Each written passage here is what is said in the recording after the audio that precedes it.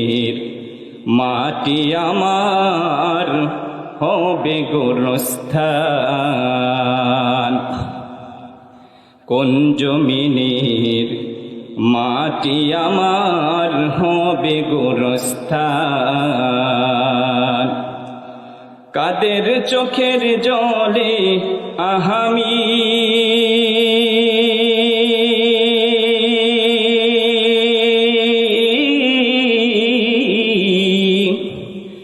কাদের চোখের জলে আমি পাব পরিত্রাণ।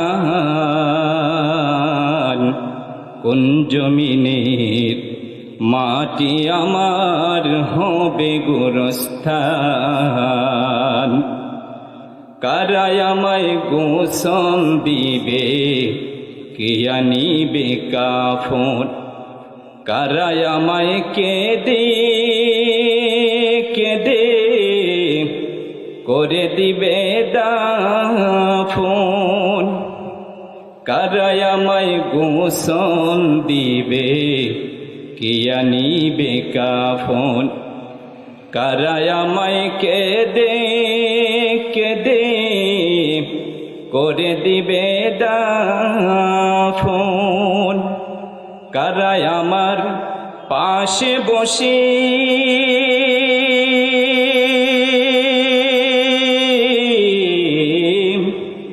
কারায় আমার পাশে বসে শোনাবে কোরআন।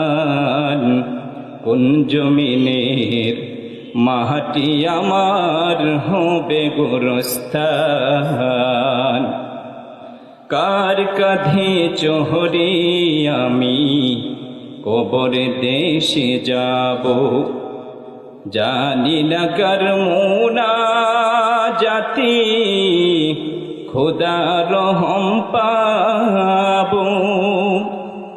কার কাঁধে চহরে আমি কবর দেশে যাব, জানি না কার মুনাজাতে খোদার রহম পাবো। কার কারণে করবে ক্ষমা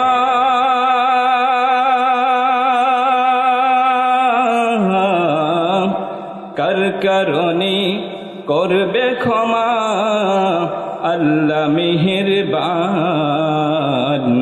কোন জমিনের মাটি আমার হবে গোরস্থান। ঠিক কিনা? কেউ জানে না কার, কেউ জানে না কার গোরস্থান কোথায় হবে। কেউ জানে? বলেন, কেউ জানে? কেউ জানে না। মুসলমান বন্ধুরা আমার, বলতেছিলাম এই দুনিয়া একদিন ধ্বংস হয়ে যাবে। নবীকে কাফেররা মুশরিকরা জিজ্ঞাসা করতো, নবী কখন কিয়ামত হবে? মুসলমানদেরকে জিজ্ঞাসা করতো কখন কিয়ামত হবে? তখন আল্লাহ তাআলা আমার নবী আপনার নবীকে সূরা জিলজাল নাজিল করে জানিয়ে দিলেন, ইদা যুলজিলাতিল আরদু জিলজালাহা। আল্লাহু আকবার। যখন পৃথিবী তার আপন কম্পনে প্রবলভাবে প্রকম্পিত হবে, যখন পৃথিবী ভূমিকম্প হবে, এমন ভূমিকম্প হবে দুনিয়া সব আল্লাহ তাআলা চুরমার করে দিবেন, আসমান জমিন গুনা আল্লাহ তাআলা একদম সমান করে দিবেন। তখন কিয়ামত হবে। সুবহানাল্লাহ। তখন কি হবে বলেন? তখন কিয়ামত হবে। এই সূরাতুল জিলজালকে সূরাতুল জামিআও বলা হয়। কি বলা হয়? সূরাতুল জামিআ বলা হয়। আল্লাহর নবীর একজন সাহাবী এসে নবীকে প্রশ্ন করলেন, ইয়া রাসূলুল্লাহ, ফাকালা আকুরিনি ইয়া রাসূলুল্লাহ, ওগো আল্লাহ তাআলার পয়গম্বর, আমাকে একটু কোরআন শিখিয়ে দিন। কি শিখিয়ে দিন? কোরআন শিখিয়ে দিন। আল্লাহর হাবিব সাল্লাল্লাহু আলাইহি ওয়াসাল্লাম ওই সাহাবীকে বললেন, ও সাহাবী, তুমি আলিফ লাম বিশিষ্ট কোরআনের 3টি সূরা পড়ো। সুবহানাল্লাহ। আলিফ লাম র বিশিষ্ট 3টি সূরা পড়ো, আমি তোমাকে পড়াইয়া দেই। ওই সাহাবী রাসূলকে বললেন, ইয়া রাসূলুল্লাহ, ইয়া হাবিবাল্লাহ, ওয়াশতাদ্দা কলবি, কাবিরত লিসানি, কাবিরত সিন্নি। ইয়া রাসূলুল্লাহ, ইয়া হাবিবাল্লাহ, আমার বয়স বেড়ে গেছে, আমার হৃদয় কঠোর হয়ে গেছে, আমার জিহ্বা ভারী হয়ে গেছে, আমি এই সমস্ত কঠিন সূরাগুলা পড়তে পারবো না।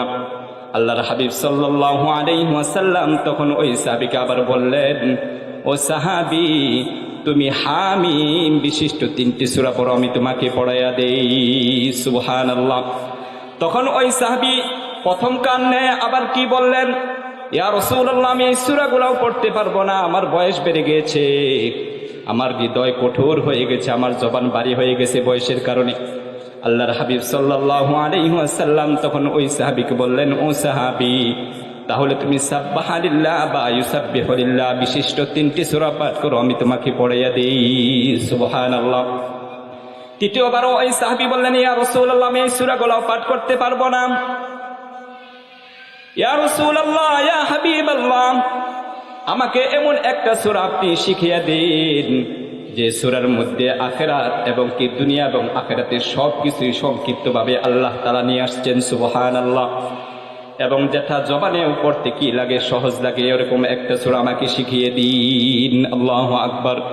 তখন আল্লাহর হাবিব সাল্লাল্লাহু আলাইহি ওয়াসাল্লাম ওই সাহাবীকে শিখাই দিলেন, পড়ো, ইদা জুলজিলাতিল আরদু জিলজালাহা ওয়া আখরাজাতিল আরদু আসকালাহা ওয়া ক্বালাল ইনসানু মা লাহা ইয়াওমা ইদিন তুহাদ্দিসু আখবারাহা বিআন্না রাব্বাকা আওহা লাহা يومئذ يصدر الناس أشتاتا ليروا أعمالهم فمن يعمل مثقال ذرة خيرا يره ومن يعمل مثقال ذرة شرا يره الله أكبر। আল্লাহর হাবিব ওই সাহাবীকে এই সূরাতুল জিলজাল পাঠ করে শিখিয়ে দিলেন। সূরা জিলজালের ফজিলত কি রকম? আল্লাহর হাবিব সাল্লাল্লাহু আলাইহি ওয়াসাল্লাম সাহাবীদের মধ্যে থেকে একজন সাহাবীকে বললেন, ও সাহাবী, তুমি কি বিবাহ শাদী করেছো? তখন ওই সাহাবী বললেন, ইয়া রাসূলুল্লাহ, ইয়া হাবিবাল্লাহ, আমি বিবাহ করি নাই, বিবাহ করার সামর্থ্য আমার নাই, আমি গরীব সাহাবী, আমার কাছে দুনিয়ার কোনো ধন সম্পদ নেই। আল্লাহর হাবিব সাল্লাল্লাহু আলাইহি ওয়াসাল্লাম ওই সাহাবীকে বললেন, ও সাহাবী, তুমি কি সূরাতুল ইখলাস কুল হু সূরা পাঠ করতে জানো না? তখন ওই সাহাবী বললেন, ইয়া রাসূলুল্লাহ, ইয়া হাবিবাল্লাহ, অবশ্যই আমি সূরাতুল ইখলাস পাঠ করতে জানি। তখন আল্লাহর হাবিব সাল্লাল্লাহু আলাইহি ওয়াসাল্লাম বললেন, তাহলে তো তোমার নিকট কোরআনের 3 ভাগের 1 ভাগ আছে। সুবহানাল্লাহ। তোমার নিকট সূরাতুল কোরআন 3 ভাগের কোরআনের 3 ভাগের 1 ভাগ আছে। তুমি যদি একবার তেলাওয়াত করো, কুল হুয়াল্লাহু আহাদ আল্লাহুস সামাদ লাম ইয়ালিদ ওয়া লাম ইউলাদ ওয়া লাম ইয়াকুল লাহু কুফুয়ান আহাদ। ও সাহাবী, তুমি যদি একবার এই সূরাটা তেলাওয়াত করো, আল্লাহ তাআলা তোমার আমলনামায় কোরআনের 3 ভাগের 1 ভাগ তেলাওয়াত করার সওয়াব দিয়ে দিবে। আল্লাহু আকবার। দ্বিতীয়বার আল্লাহ রাসূল ওই সাহাবীকে বললেন, ও সাহাবী, তুমি কি কোরআনুল কারীমের কুল ইয়া আইয়ুহাল কাফিরুন সূরাটি জানো? ওই সাহাবী বললেন, ইয়া রাসূলুল্লাহ, আমি এই সূরাটাও জানি। আল্লাহু আকবার।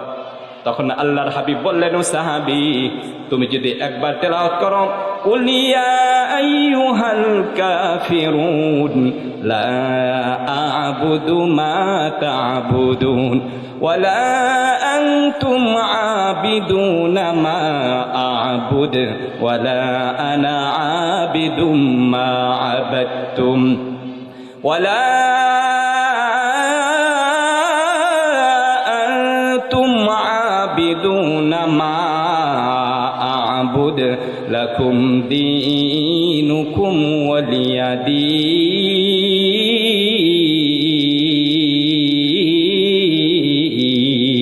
আল্লাহু আকবার। ও সাহাবী, তুমি যদি একবার কুল ইয়া আইয়ুহাল কাফিরুন এই সূরা যদি তুমি একবার তেলাওয়াত করো, আল্লাহ তাআলা তোমার আমলনামায় কোরআনের 4 ভাগের 1 ভাগ তেলাওয়াত করার সওয়াব দিয়ে দিবে। আল্লাহু আকবার। আল্লাহ রাসূল আবার বললেন, তুমি কি ইযা জাআ নাসরুল্লাহ এই সূরা তেলাওয়াত করতে জানো? ওই সাহাবী বললেন, ইয়া রাসূলুল্লাহ, অবশ্যই জানি।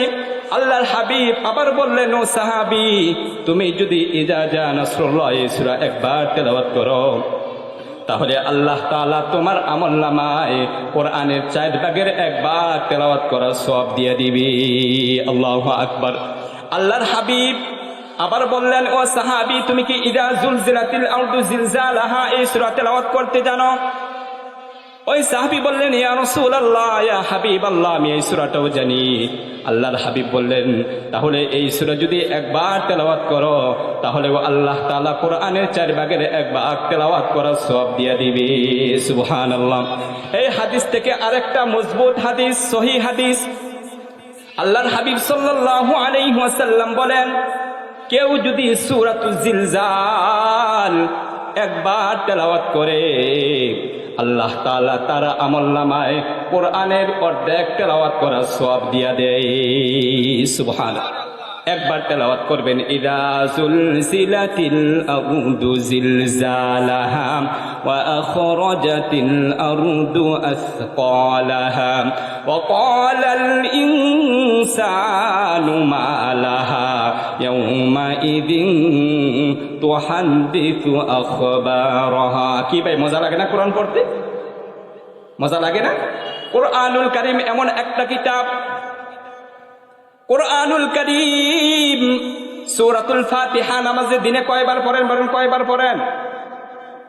সূরা ফাতিহা দিনে কয়বার পড়েন নামাজের মধ্যে? বলেন তো।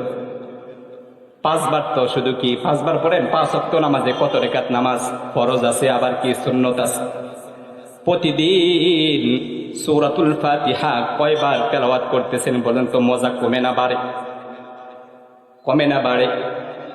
এই জন্য তো আবু জেহেল, উতবা, শাইবা দিনের বেলায় কোরআনের বিরোধিতা করতেন, আর রাত্রি বেলায় গভীর রজনীতে লুকিয়ে লুকিয়ে রাসূলের কোরআনুল কারীমের তেলাওয়াত শুনতেন। সুবহানাল্লাহ।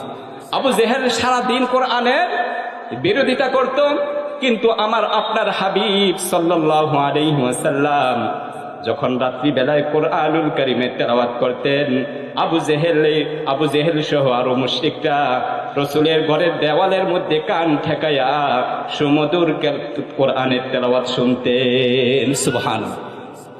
কোরআন এত মজার একটা কিতাব, এজন্য সূরাতুল জিলজাল যদি আপনি 1 বার তেলাওয়াত করেন, আপনার আমার আমলনামায় আল্লাহ তাআলা 15 পারা কোরআন তেলাওয়াত করার সওয়াব দিয়ে দিবেন। সুবহানাল্লাহ। সূরাতুল জিলজালের সংক্ষিপ্ত তাফসীর, আল্লাহ তাআলা বলেন, ইদা জুলজিলাতিল আরদু জিলজালাহা। যখন পৃথিবী আপন কম্পনে প্রবলভাবে প্রকম্পিত হবে তখন কি হয়ে যাবে? কিয়ামত হয়ে যাবে। যখন কিয়ামত হয়ে যাবে, ওয়া আখরাজাতিল আরদু আসকালাহা, জমিন তার বোঝা, তার ভার বাহির করে দিবে। জমিনের বুকে যত মৃত আছে সমস্ত মৃত মানুষগুলা দাঁড়িয়ে যাবে। জমিনের বুকে যত স্বর্ণের খনি আছে, রূপার খনি আছে, মণি মুক্তার খনি আছে, সমস্ত খনিগুলা সেই দিন বাহির হয়ে যাবে। আজকে আমরা সম্পদের জন্য বাইকে বাই হত্যা করি, বন্ধুকে বন্ধু হত্যা করে ফেলি। এই স্বর্ণের জন্য ডাকাতরা মানুষকে হত্যা করে। কাল কিয়ামতের দিন সমস্ত স্বর্ণের খনিগুলা বাহির হয়ে যাবে, স্বর্ণের স্তূপ গুলা পড়ে থাকবে। কোনো মানুষ সেদিকে তাকাবে না, স্বর্ণের দিকে তাকাবে না। স্বর্ণের স্তূপ ডাকবে, আমাকে নাও, আমাকে নাও। কোনো মানুষ সেদিকে তাকাবে না, ভ্রুক্ষেপ করবে না। মানুষ আফসোস করে বলতে থাকবে, হায় আফসোস, এই স্বর্ণের জন্য আমি আমার ভাইকে হত্যা করেছি, এই সম্পদের জন্য আমি আমার ভাইকে হত্যা করেছি। সেদিন আফসোস করতে থাকবে, সেই দিন আফসোস করে বলতে থাকবে, এই সম্পদের জন্য আমি বোনের সাথে সম্পর্ক ছিন্ন করেছি। কিন্তু বলেন তো সেই দিন কোনো কাজে আসবে কি? ওয়া আখরাজাতিল আরদু আসকালাহা ওয়া ক্বালাল ইনসানু মা লাহা। যখন মানুষ দেখবে আসমান ফেটে ফেটে পড়ছে, তারকাগুলা জোরে জোরে পড়ছে, জমিন সব কিছু বাহির করে দিচ্ছে, মানুষ বলবে ওয়া ক্বালাল ইনসানু মা লাহা। আজকে কি হলো? সব কিছু বাহির হয়ে যাচ্ছে, সব প্রকাশ হয়ে যাচ্ছে। ইয়াউমাইযিন তুহাদ্দিসু আখবারাহা। কিয়ামতের দিন জমিন সব কিছু বলে দিবে। জমিনের উপরে আপনি কোথায় কি করতেছেন সব কিছু জমিন বলে দিবে, সব কিছু বলে দিবে। সব জমিন পটপট করে বলে দিবে জমিনের কোন জায়গায় বসে আপনি মিথ্যা কথা বলছেন, জমিনের কোন জায়গায় আপনি জিনা করেছেন, জমিনের কোন জায়গায় আপনি চুরি করেছেন, জমিনের কোন জায়গায় বসে মানুষের কিয়ামতের ময়দানে জমিন পটপট করে সব কিছু বলে দিবে, কোনো কিছু গোপন থাকবে না। কিছুই কি থাকবে না? গোপন থাকবে না।